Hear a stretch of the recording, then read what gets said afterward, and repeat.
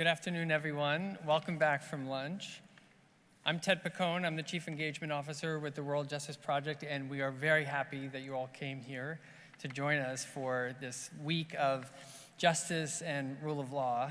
We know how much effort went into your travels and all the complications of getting here, and all of the work that we've all done to pull this together, and we are deeply grateful for that work and hope to make the most of this time together.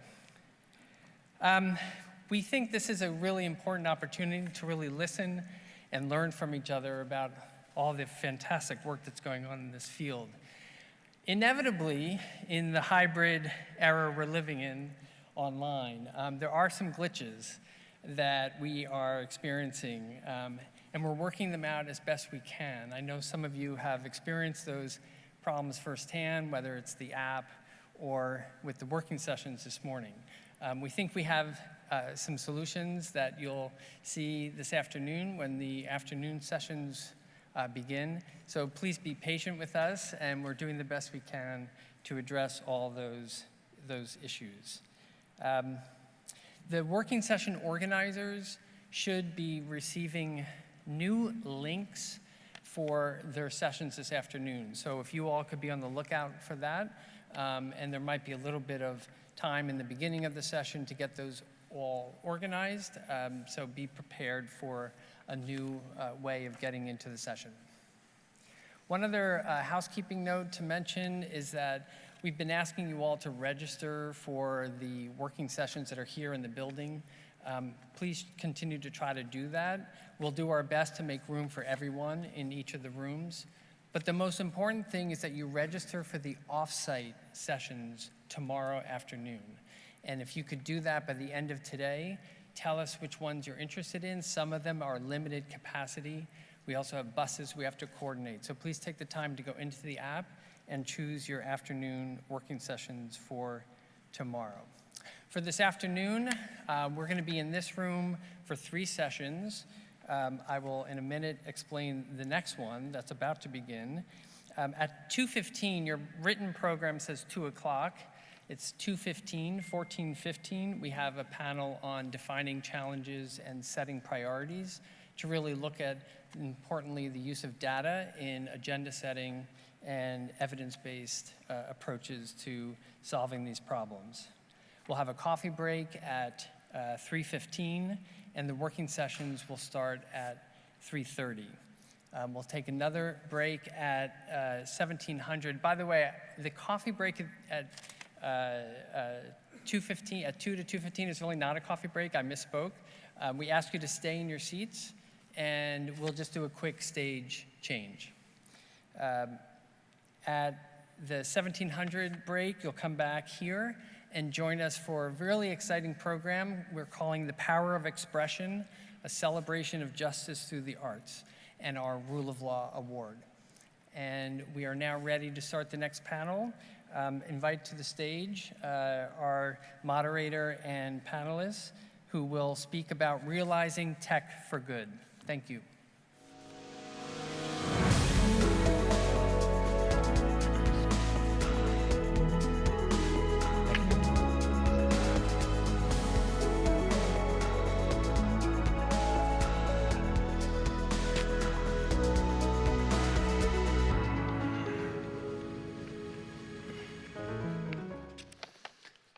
Good afternoon, ladies and gentlemen. Thank you for the kind introduction and the housekeeping rules that we just received. It's great to be on a stage again and to see real people in front of me and not just a screen. Very happy you can all be here. Let me first rapidly introduce the panelists. We have from the European Parliament, Adrian Vazquez-Lazare. Thank you very much, Adrian, for being here. Simone Cuomo from the legal profession and the Association of Bar Associations and Law Societies, and Ming Tan from, we have Pam Wood from industry, also on stage, and we have academia in the person of Ming Tan, who's joining us from Singapore at a rather later hour, but thank you very much for being with us, Ming, as well. My name is Jan Claessen. I represent the Council of Europe. not to be confused with Adrian's organization, the European Union, the Council of Europe, was until very recently an organization of 47 member states, now 46 because of the expulsion of the Russian Federation following its aggression against Ukraine, which you can understand if you take into account that the Council of Europe was established to promote human rights, rule of law and democracy over 70 years ago. So very much the same ideals that the World Justice Project and the World Justice Forum were set up to do. We've also been very much involved in tech for good, legal standards, some global conventions, and we have been dealing for a few years now with artificial intelligence. And just by way of introduction, setting the scene, any technology can bring great benefits, at least most technologies can bring great benefits, but there are also considerable risks. And speaking as a Dutch citizen in my own country, I must refer for a second, and I hope the panelists will forgive me, but I think it sets the stage, the child benefits scandal that occurred in the Netherlands, but could have occurred and might occur also in other countries, where the use of an automated system of artificial intelligence lay at the origin of a really massive violation of human rights, rule of law. It's still not entirely solved. There were thousands of victims. People lost their lives. Over 1,600 children were taken away from their families. And I think it is a very painful illustration, but also a wake-up call, why it is so important to deal with technology and the impact it can have on the lives of citizens. So without further ado, I would like to start putting some questions to the panelists. And perhaps, Adrian, we start with you. The European Union, of course, has been thinking about this a lot too, and important work is going on. And perhaps from your very privileged perspective on this and your involvement, could you indicate perhaps what do you see as the principal risks and challenges posed by technologies such as artificial intelligence? Please, Adrian. Well, first of all, thank you to the World Justice Project for having me here. It's a pleasure to be with you here today and discuss on such an important topic. As you all know, the European institutions in the last 3-4 years with the new Commission and the new term, they basically set 2 main goals for this mandate. The first one was, of course, the Green Deal. And the second one was how to actually make this digital transformation more human, how we can actually somehow imprint the European values on all the legislative transformation of the digital world. When it comes to the committee where I work, the Justice Committee of the European Parliament, one of our main remits is the ethical aspects of new technologies. And when we discuss about artificial intelligence, the ethical aspects are paramount when we have to regulate. However, there is nothing done so far. So when we start discussing and debating with the Commission, how should we set up the future regulatory framework of artificial intelligence, it's like we say in Spain, it's trying to put doors on an open field. It's quite complex, first of all, to be assertive, and second of all, to be right on the first try that we are actually doing when it comes to build this regulatory framework. Of course, and you said that before, artificial intelligence is going to be one of these technologies that is going to change the way we live. It has a lot of benefit aspects. It's a lot of beneficial consequences of its use, but it has a lot of risks that we have to tackle. When it comes to those risks, we have to either send focus or response on a more human-based decision-making. And the European Parliament right now, we are debating the AI Act, Artificial Intelligence Act. And basically what we're doing is we are getting a risk-based approach. We are discussing how we are going to regulate on the low-risk uses of the technology, like spam, for instance. That's a low-risk technology. Medium-high, that I can use an example with administration of justice. Let's say that we can use artificial intelligence to order and process claims when we have big lawsuits with a lot of plaintiffs or defendants. Artificial intelligence could be a good tool to actually order and process in those claims, but at the same time, it poses a lot of challenges. does this goes against the rule of law? If it processes these claims in a different order and could affect some individuals, could this be acceptable? Should we put someone to supervise these decisions?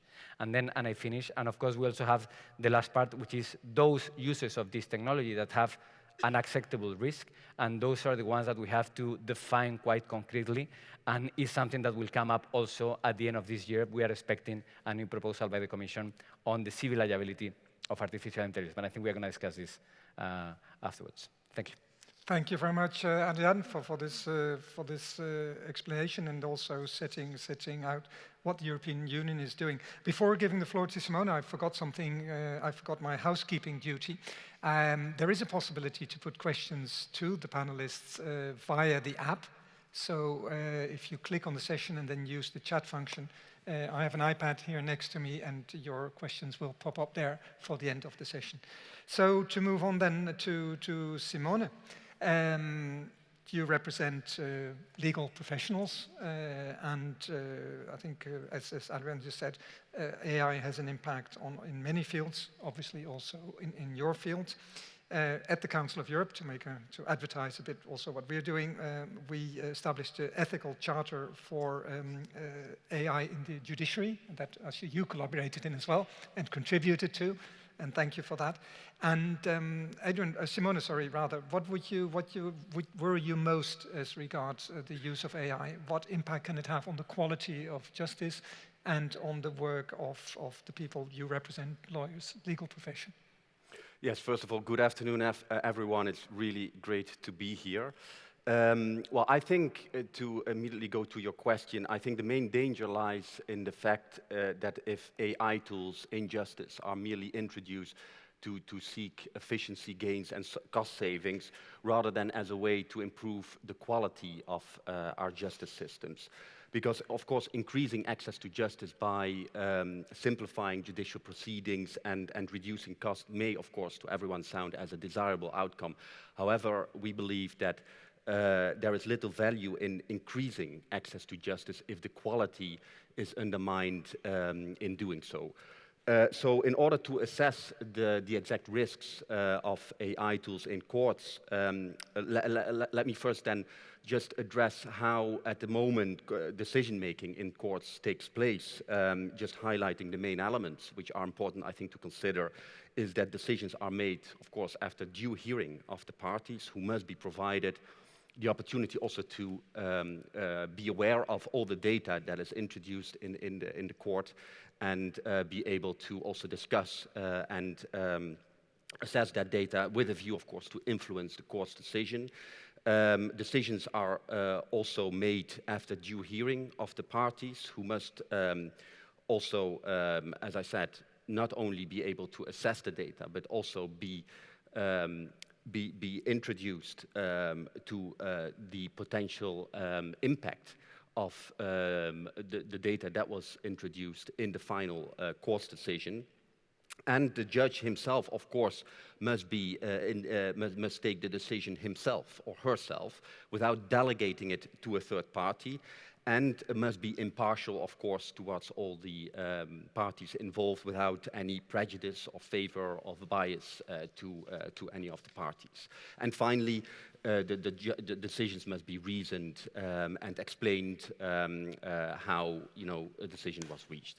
So when we look at the AI tools, then they have the potential to totally upset or disrupt the dynamics of this process, because the use of data and elements that are introduced, which have not been subject to an adversarial discussions among the parties, because conclusions that were used on the basis of AI tools were not obtained through the reasoning of the judge, which then could lead to a transfer of the decision-making role of the judge to a machine.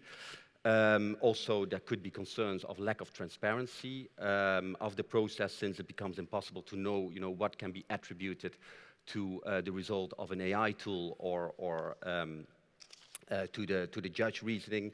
And also a lack of a level playing field, or what we call an inequality of arms between the parties, because, for example, if the prosecution has access to certain tools to be able to analyze huge data sets, which the defense has no ability to, then of course the defendant is placed at a significant disadvantage. And of course the undermining of the principle of impartiality due to the impossibility to really know the biases that were perhaps unintentionally built in the system. And also, of course, the breach of explicability of court decisions, which, because of the existence of results that go beyond human reasoning and cannot be traced. And that is, of course, a big problem when it comes to the judicial decisions, because these obviously needs to be always duly justified, and there is a strong public demand, of course, to know exactly about why the judge came to a certain conclusions. So we believe, therefore, that this use of AI tools could potentially disrupt court procedures, but of course the principles underpinning trials at the moment, they are there for good reasons. And we believe, therefore, that rather that the trial should be adapted to AI tools, it's the other way around. AI tools need to be adapted to the justice environment if they are introduced in justice. I can say, I know I have to finish quickly by addressing quickly also the use of AI tools by lawyers, because of course these tools bring a lot of opportunities also for lawyers in their daily practice. But of course there are also a number of risks which I would just like to highlight quickly. First of all, not all lawyers have equal access to these tools. It's a question of resources, but that not only, and there it's important to highlight that the vast majority of lawyers are working as a solo practitioners, the very, very vast majority. They don't have huge resources to build, develop tools. And not all countries, not all jurisdictions have tools available for their specific legal context. So there is this digital divide, this potential digital divide that could arise within the profession. Also, the emergence of AI in legal practice can give rise to questions of client confidentiality, which is of course very important because of the new ways in which data is collected, linked to data of others and stored.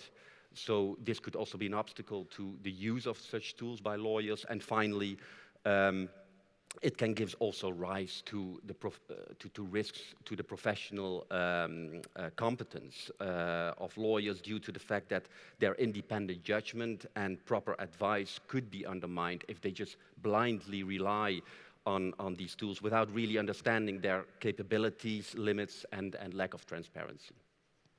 Thank you very much, Simone. In fact, a very long series of real risks and, of course, opportunities, especially, of course, the equal access and the divide, importantly. Pam, you represent a major company, HP, but also, in a way, more generally, industry on this panel. How do you see the concerns that have been expressed by Simone and Adrian, and what can industry do to mitigate risks and to ensure that what is being produced and rolled out is indeed tech for good? Great. Thank you. Hello, everyone, and good afternoon. It's great to be here. At Hewlett-Packard Enterprise, we stand for a more just world by living up to our purpose, which is to advance the way people live and work, and through our commitment to respect the human rights of all people. The UNGPs offer, that's the UN Guiding Principles on Business and Human Rights, the UNGPs offer an excellent framework for us for understanding how to approach these human rights risks, potential for misuse as well, and provide a great broader framework, including the state duty to protect, business responsibility to respect, and the joint responsibility for remedy. We published our first global human rights policy over 10 years ago when the UNGPs were established. And last year, we considerably updated our policy to reflect the recent activity that we've done, and also to frame our policy around our key or most salient human rights risks. And the way we approach this is very risk-based as well. So we carried out a company-wide and value chain-wide human rights impact assessment with the support of Article 1, expert third party. And they helped us identify where we had gaps and what these most salient risks are. Two of our priority areas, or two of these salient human rights risks, relate directly to this conversation that we're having now, and they're perhaps our top priority areas. One of them is responsible product development, and the other, which is closely tied to it, is responsible use of technology.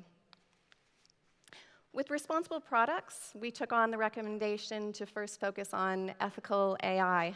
So we're also very much been thinking about and grappling with these same challenges that others on the panel have shared. On a positive note, AI can augment human capabilities, automate processes, influence human behavior, and allow organizations to derive value and actionable insight from data. AI holds the potential to help solve some of society's biggest, most pressing challenges.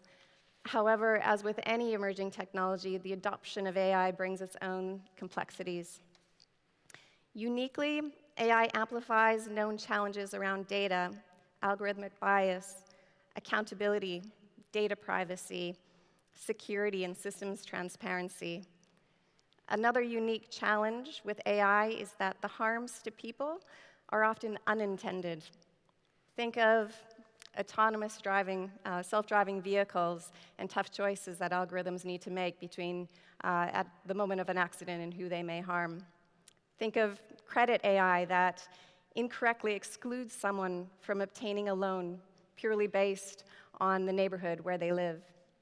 Think of leveraging video and AI preventing cheating in remote college exams that disqualifies someone without a human check. Think of a loss prevention solution in a retail setting, a shop, that overly flags customers of color. This is why we find the solution often lies in both embedding technical and non-technical safeguards into the design, the development, and the deployment of AI. If you wish to learn more about our AI ethical principles, we'll be co-facilitating a session tomorrow with Leiden University, and I encourage you to join. Very quickly on the second risk that I mentioned, responsible use of technology.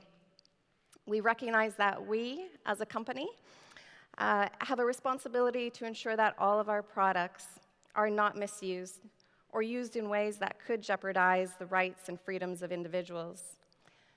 Our approach is that we assess risk of contribution to human rights violations according to the UNGPs, and we do so across various aspects of our business. This includes sales opportunities, mergers and acquisitions, investments, our supply chain, new product or business models, and when there's a change in operating context. For example, think of Myanmar. February last year, following the coup, we did a countrywide human rights impact assessment, reviewing our footprint in terms of sourcing, sales, people, and other business relationships, looking for any potential link to harm, and we implemented heightened due diligence on screenings that continue today. At times, we decide to discontinue business due to such risk, and often we proceed with mitigation or safeguards in place. Plus, ongoing monitoring, given that, yes, situations change, and recent world events make that very clear. Thank you very much, Pam, for that. I retain responsibility, impact assessment, and human rights by design as very important elements of your presentation. Ming, welcome to you as well online. Pam has just cited a country in your region, Southeast Asia. How do you see the risks that have been described by your fellow panelists evolving in your part of the world? And also, do you see particular differences in areas of your rather vast region and between Southeast Asia and other regions in the world? Ming, please. Thank you, Jan, and to Adrian, Simone, and Pam for the perspectives already shared. And good evening, everyone from Singapore. Southeast Asia, as you say, is a vast region, but it is seeing tremendous growth in the digital economy. The Tech for Good Institute that I represent was founded only just last year to encourage conversations like these across the tech ecosystem on how the promise of technology and the digital economy may be leveraged for sustainable, equitable, and inclusive growth for Southeast Asia. And I'm really happy to be here at the World Justice Forum as we strive for more just communities.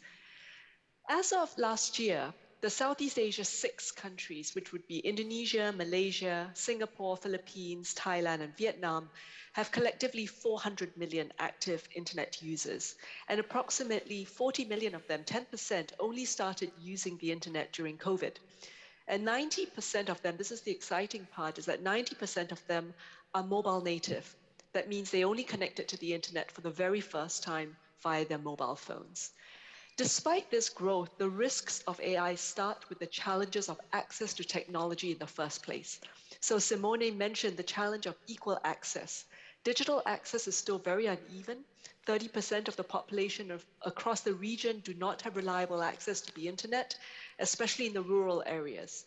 And furthermore, Southeast Asia has about 71 million micro, small, and medium-sized enterprises. Anywhere between 75% and 99% of these firms are micro, meaning they have maybe one person running, and many of them are not even registered as companies. And only 1 in 5, 20% of them are on digital platforms.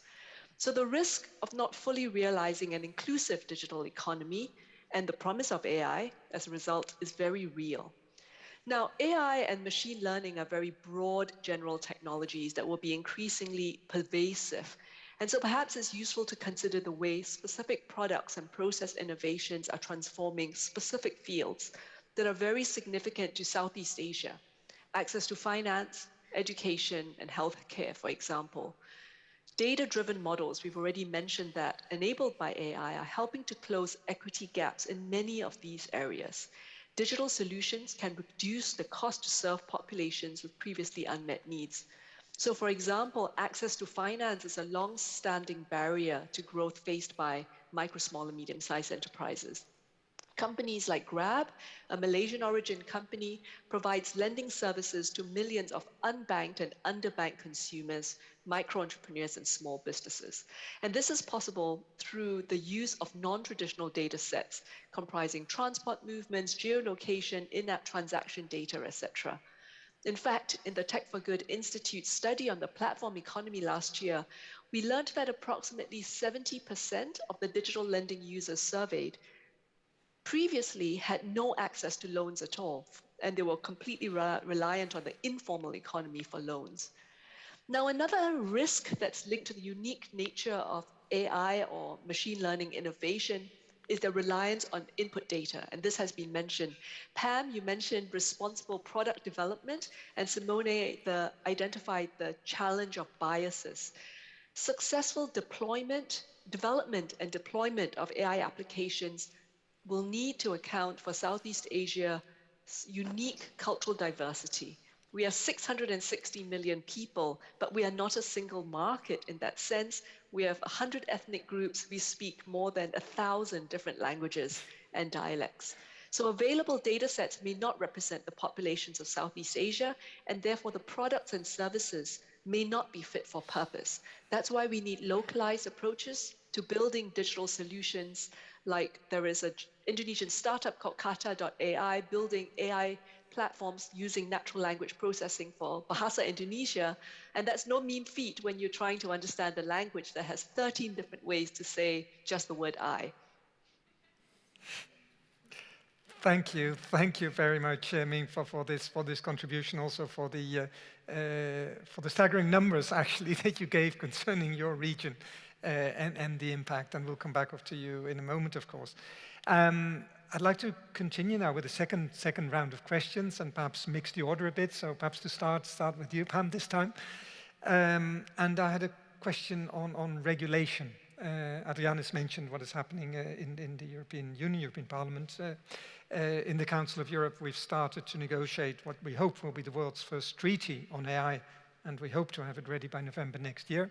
So these regulatory efforts, how do you see it? What role can it play? How can it help you in industry to ensure that tech is for good? Great. Thank you. Well, broader speaking, we welcome regulation typically. Operating contexts with strong legal institutions and enforcement reduce harm and protect people, and they also benefit business, whereas we all know operating contexts with weak institutions dramatically increase human rights risk. Thinking specifically of all the emerging human rights regulation and that in the space of AI, it's great to see that regulation is already talking, there's discussions being had and that we're heading towards the regulatory route. Given the number and diverse types of risks that exist specifically with AI, I think this is welcome, and it's great to hear that we're all going to be working to a higher standard. What we often find, we're a B2B company, so we rely very heavily on our tech partners, and sometimes we do feel we're trying to bring an industry with us, and it really does help to have regulation in place to help facilitate that movement of the entire industry in the right direction. Thank you very much. Simone, please also your take on this, and you indicated some risks. Can regulation help you as well in your profession? Yes, and also to indicate some of the solutions that we have been advocating for. As I already said, AI tools need to be adapted to the justice environment, taking into account the principles and procedural architecture underpinning judicial proceedings which exist for a good reason. And so the introduction of tools needs to be therefore carefully controlled and to make sure that they effectively are able to improve the functioning of the judiciary and increase access to justice, which is in the end what we all want. And for this, I think there are a number of issues that should be taken into account. First, as I said, looking again at the use of AI tools in justice, that the parties involved need to be able to identify in a judicial decision if there was a use of a tool based on AI, that they are aware of this and they can assess and discuss it. Also, the right to a human judge should always be guaranteed, in our opinion, in any stage of the proceedings, and we need to avoid shifting or delegating the judge's decision-making power to machines. It is also essential that parties retain the opportunity to discuss in an adversarial manner the data that is being provided when an AI tool is used, that the parties are able to also discuss that data in an adversarial manner. And obviously the principles of data protection need to be guaranteed, and the neutrality, of course, and objectivity of AI tools should be guaranteed, and that must also be verifiable. I think also in general, empowering, the digital empowerment, I think, of legal practitioners is extremely important. Also to make sure that these tools are used in a proper way in the justice environment. And so this is not only for lawyers, it's also for other legal professions, but we believe that that could also avoid, first of all, an inequality of arms, as I already referred to, within the different professions. Increase also awareness of how these tools can be used in a responsible manner to avoid that they run counter to the rights of a fair trial. And also make sure that when judicial proceedings are more and more digitalized, of course, this digitalization process can only be as good as the parties, and in particular the legal practitioners, are aware how to use these procedures and how they work. So, for example, electronic evidence, how to use electronic evidence, how to submit it in court, e-filing, the use of video conferencing. There are all kinds of elements that are very important that legal professionals are aware of it. And yes, therefore I believe that empowering the different professions with digital skills is really important for society at large to make sure that in the end the citizens benefit from a better quality of justice. Thank you very much, Simone. Adrian, over to you again. You already gave an introduction on the work that is carrying out in the European Parliament. How do you see your approach being complementary to what others are doing, for instance, what we're doing in the Council of Europe, but also other institutions? How can we best ensure that we get something out there, as Simone and Pam and also Ming just said, that it is indeed to the benefit of the citizen? Well, throughout the development of all the legislative files that we are working on, now, as I said before, we are in the middle of the process of the AI Act, which will set, as I said, the cornerstone on how we are going to focus on regulating and on building the regulatory framework for this new technology. And we have studied thoroughly, not only on the Council of Europe, that you started working on this a couple of years ago. I think it was 2020 in October, something like that you had your first report. Also the OECD in May 2019, that they released their AI dossier that was quite interesting. And I also was approach that was based on the risk of these new technologies, which is the same one that the European Parliament is taking aboard. But this, as I said, is the very beginning. Now we only have a set of rules that we say that we are going to start legislating AI, depending on if it's low, medium, high, or an acceptable risk. But let's go to something that we still don't have clear, which is civil liability, for instance, of AI, that we're expecting the new legislative package at the end of the year. Pam put the example that we all use, which is a self-driving car. The thing is we have to find the balance, legislators, between, of course, have very high ethical standards when it comes to the use of these new technologies, but we have to prevent hampering the innovation of these new technologies because they're bringing a lot of benefits to our societies. If we take the self-driving car, which is something that we all have in mind, and we see the Teslas working on this, Google and so on, companies that are investing a lot of millions in trying to develop these kind of technologies, is a self-driving car an unacceptable risk or not? Because if you take the macro vision of it, maybe it will reduce emissions, it will make much more efficient the transport in cities, it will reduce the use of infrastructure, it even reduce the need for people to have to spend a lot of money in cars, which will also affect the industry, of course. So in that sense, maybe it's a huge benefit to have those self-driving cars. But let's say that one of those self-driving cars makes a wrong decision that has a fatal result. So who is the civil responsibility of such accident? Is the owner of the car? Is the company, the car company? Is a programmer who did the algorithm? If we go to the owner of the car, because he's just the owner of the machine, even though he was in the car without doing anything, should that person get all the civil responsibility of such a fatal accident? Shall not. Then maybe we are talking about an acceptable risk if we get an individual approach of that incident.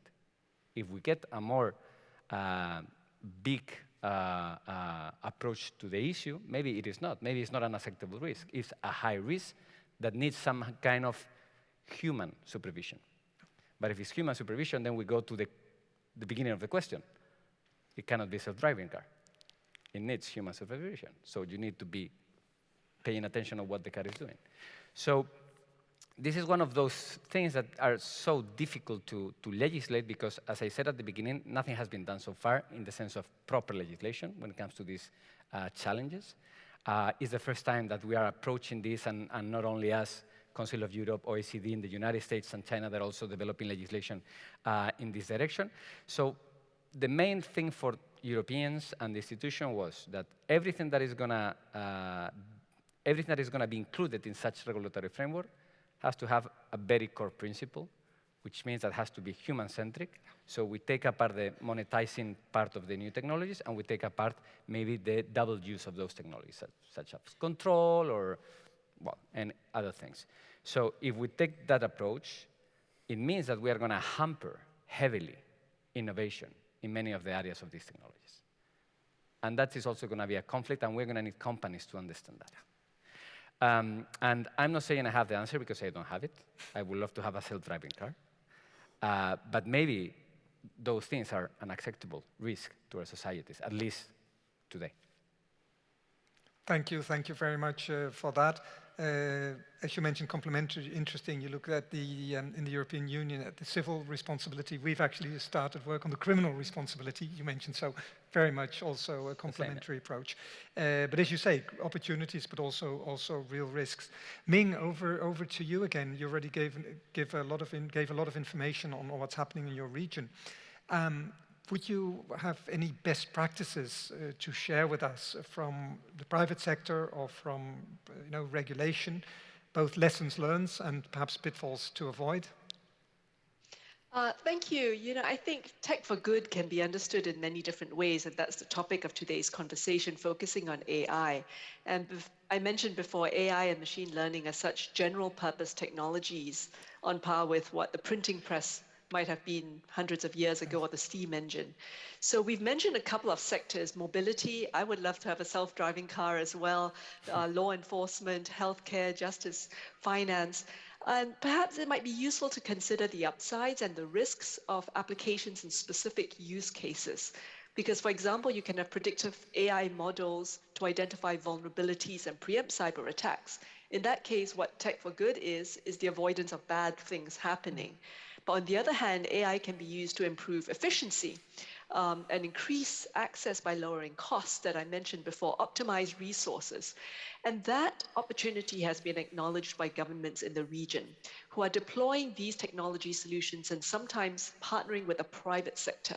So, for example, during COVID, the Indonesian government partnered with Gojek and Grab to distribute COVID-19 loan aid to MSMEs. The companies helped to pre-screen the loan applications from their merchant partners using all the data on merchants' business activities, but then referred them to the banks for a final screening, keeping the human in the loop. And this not only sped up the distribution of aid, but also widened the reach to MSMEs. In the finance sector as well, the Singapore Monetary Authority of Singapore is rolling out an AI governance framework and toolkit specifically to help the financial institutions utilize AI responsibly. And these principles will be something very familiar to us all: fairness, ethics, accountability, and transparency. But ultimately, any tech does not have any impact until it is adopted by the market and by customers. And the adoption of technology and new ways of doing things is underpinned by trust, both in the technology and in the institutions that use them. So I think it's really interesting to ask the question whether the technology, and we're talking about AI today, but the same question could be asked about blockchain or anything else, whether the technology disrupts or leapfrogs traditional trust institutions like banks, governments, the courts, the police, which are using to use AI as well as to ensure its responsible use. So I personally think it's a really interesting question. At the Tech for Good Institute, we're in the middle of a project understanding trust in the digital financial service providers across Southeast Asia. And trust levels in banks and non-bank financial providers are high, generally high. But these non-bank financial providers are not regulated in the same way as banks. Many of them have only been around for a few years. But because they are so embedded in consumers' lives, they order food, their rides, and other services, the difference in trust was really minimal. One of the most consistent predictors of trust was the perception of integrity, not just in terms of being honest, but in terms of having a very strong sense of social justice and having sound principles that guide behavior. On the other hand, consumers' propensity to trust technology did not significantly predict trust in any of the 6 Southeast Asian countries surveyed. So one way to read this is that the trust is about the institutions that are using and deploying technology rather than the technology itself. And so this is where the private and public sector can work together. The onus of developing human-centric, responsible AI system largely falls on tech companies that build them, and it is good for business to do so as well, because consumers expect them to. Government-deployed AI systems need to be held to the same responsible AI standards as the private sector, so that citizens receive a consistent standard of accountability. And whether we are customers, consumers, or citizens, we must value principled AI that is transparent and accountable. I think Simona mentioned digital literacy before. Public awareness and education about systems is not about one party. Companies like HP, government, civil society can continue to raise awareness to nurture the digital citizens of the future. And regional efforts are really important, especially for Southeast Asia. The digital economy enables seamless cross-border operations, and the Association of Southeast Asian Nations are working to coordinate data regulatory policies to build a trusted environment across the whole region. So for example, organizations can use model contractual clauses to ensure in contracts so that cross-border data transfers across between ASEAN member states are done so in a consistent manner to build trust across the digital economy. So I think through use cases, fit-for-purpose frameworks, guidelines and regulation, education and regional cooperation, we can drive growth as well as encourage that responsible innovation that we talked about. Thank you very much, Ming, for these examples. We've now come to the third part of this session, and that is questions from the audience. And I have some excellent questions for you all. In fact, I've got too many questions for the time that remains, so I'll have to pick a few. Perhaps one question that strikes me in particular as relevant is the flexibility of any form of regulation, any measures that have been described to take into account of future developments.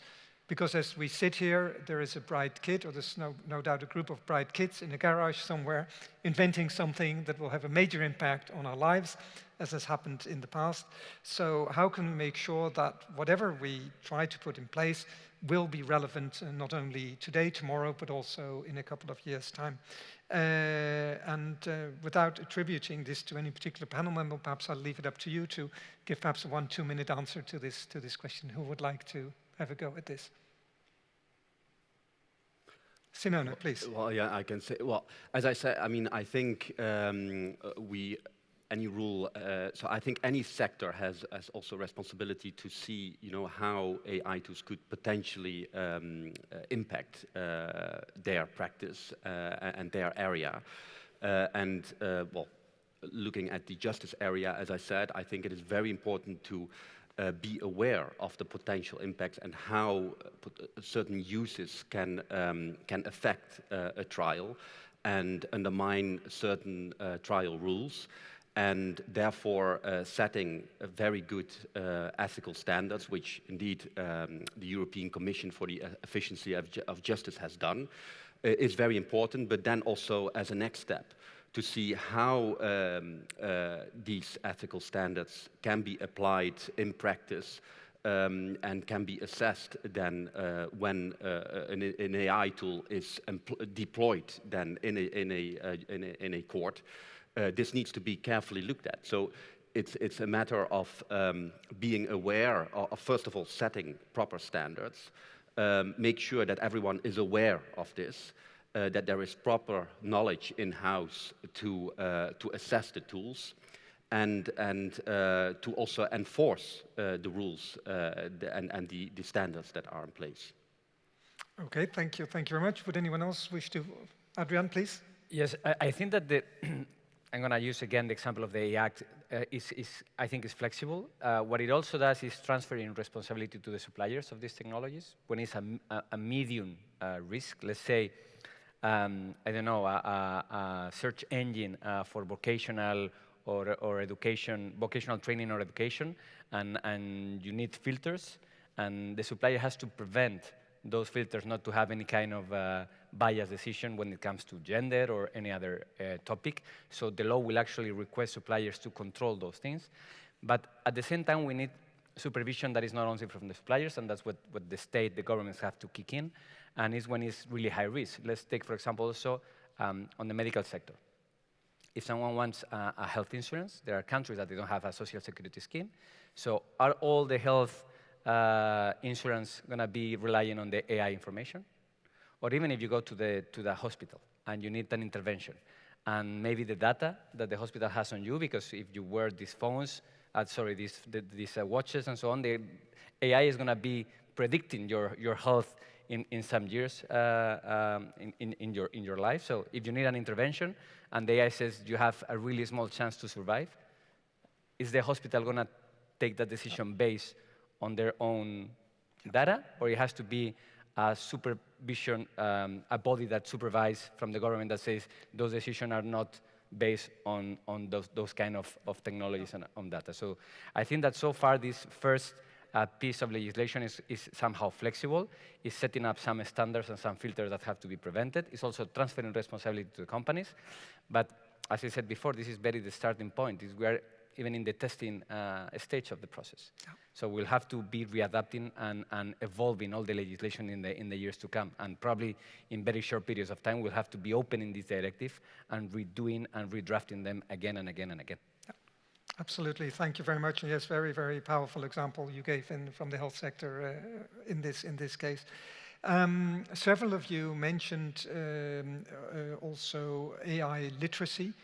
The ability of people to understand what they're interacting with, a general problem. A particular problem, of course, when we speak about more vulnerable categories of people. I'm thinking about children. I'm thinking about people with disabilities. How can we ensure that, and what examples might there be of reaching out and ensuring that people are properly informed of what they're interacting with? Perhaps Pam. Sure, thank you. Yeah, I think this is great. I think the solution lies somewhere in the smart mix of regulation and businesses taking a proactive approach. For us, that really is applying human rights considerations from throughout the whole product lifecycle. So conceptualization of a product, design of the product, deployment of the product, use of the product. So that means it's not just us human rights folks working with our developers, it's working with sales as well, thinking about how we work with them. As Ming pointed out, the use case can be very high risk, even if it's something that you don't foresee that could be used or misused in a certain way. So for us, it's thinking about those questions such as how could this be misused all throughout that product life cycle. Really having a principles-based approach. For us, our 5 AI ethical principles are privacy-enabled and secure, human-focused, inclusive, responsible, and robust. And under that responsible principle, we have kind of 3 concepts. One of them is transparency, so being able to disclose enough and making, sometimes it's society or end users aware that AI is in use and exactly what kind of information is being collected. The second is explainability. So how can we explain that in very simple terms in order to educate all around what AI does and what it doesn't? And then the third concept under responsibility for us is accountability.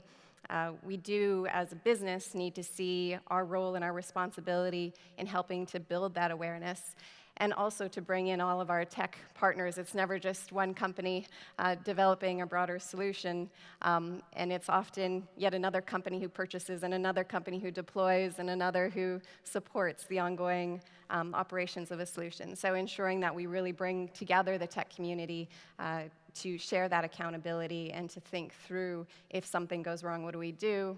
And to have these human rights considerations all along that product life cycle. Thanks very much, Pam. We've now reached the end of the session almost.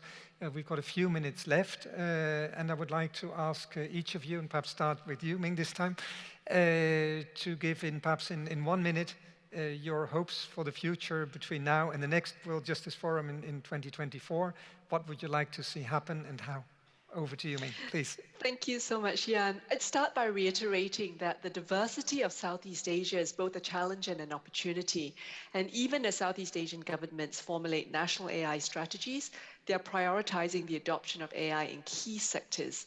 And this strikes the balance between encouraging innovation, driving growth, and mitigating ecosystem-specific risks. And customizing tech and AI solutions to meet the needs of a diverse group of people is really hard, especially when you want to scale, as many companies do. But taking that human-centric approach that we have heard several times today ensures that solutions are fit for purpose for the markets that they are meant to serve. There is some concern about the dominance of some companies and whether the data that they hold, their ability to innovate, may undermine the traditional trust institutions like banks and governments, etc. And we do know that trust takes years, even generations, to build and secure. Technology is just a tool. It can transform industries, but it should also be there to help these institutions do their job better rather than to displace them entirely. So those high risk or unacceptable risk areas that Adrian mentioned make a lot of sense. I think the last point I just want to make is that AI and machine learning will cut across every sector and industry known to us today, as well as industries that we can't even imagine today, those bright kids in the garage that you mentioned, Jan. And therefore, it's really vital for the private and the public sectors to cooperate in responsible innovation as those iterative loops become even shorter as time goes on. Thank you so much, Ming. I fully agree. Simona, your hopes for the future in 1 minute, please. Well, if I just first of all may highlight that we, as a CCBE, the umbrella organization of the bars and law societies in Europe, and through our membership, we represent more than 1 million lawyers. We obviously see it also as a great responsibility that lies on our shoulders to contribute to the digital literacy also of lawyers, and this is also why we have developed a guide on the use of AI in legal practice, which is also, I think, available among the material for this conference. And we will certainly continue working in that area. Just some more general observations on the use of AI in justice, which is, I think, a very important field to consider, obviously, for this conference. Is that, we believe that there is still much debate needed to critically assess, how these tools can be used and introduced in our justice systems. And we believe, of course, change should be embraced, where they can contribute to improving the quality of access to justice. But fundamental rights and adherence also to ethical standards that underpin our institutions based on the rule of law, they cannot be subordinated to efficiency gains and cost benefits. And we understand that we all want to benefit from new technologies to make our work easier, to also respond faster to the demands of citizens. But with the great benefits offered by these technologies, I believe that there is also a great responsibility to ensure that the use of technologies in justice remain fair, ethical, and most of all, human-centered. Thanks very much. Pam, one minute for your hopes. Sure. My wish will be specific to the industry perspective in terms of tech on AI. And I believe we're at a point with ethical AI where we all well understand the risks. Some of us companies already have governance in place in terms of an AI ethics board and principles. And what we're working on now at Hewlett-Packard Enterprise is really trying to understand how we operationalize our principles. What does it mean to be checking for bias all along the way on the inputs, the outputs, the algorithm? What does it mean to explain AI appropriately? So my hope is that there's more discussion on solutions and practically what we can be doing. Thank you very much. And Adrian is the last speaker. Well, AI is here to stay. It's going to be here for the rest of our lives, and the potential is so tremendous, but also the risks are also tremendous as well. So I think that as far as civil society, companies, and of course legislators understand that we have to shape AI to adapt to our societies, to our values, and to ourselves, and not the other way around, I think we will be just fine. Thank you very much indeed. Ladies and gentlemen, this brings us to the end of our panel and the session, which I hope you enjoyed as much as I did. I only thought it was far too short. Happily would have stayed here for another hour with the four of you, and of course with the audience and the excellent questions you put, and which unfortunately were not possible to put to the panelists. But on stage, but of course there's now an off-stage version as well, and possibilities to interact and exchange. I'd like to join me in a round of applause for our panelists, and we move to the next session, and thank you.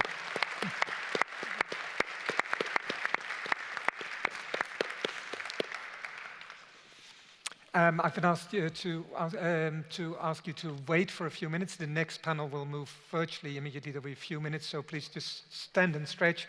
But please don't leave the room, because the next panel will start in a few moments. Thank you so much. Good.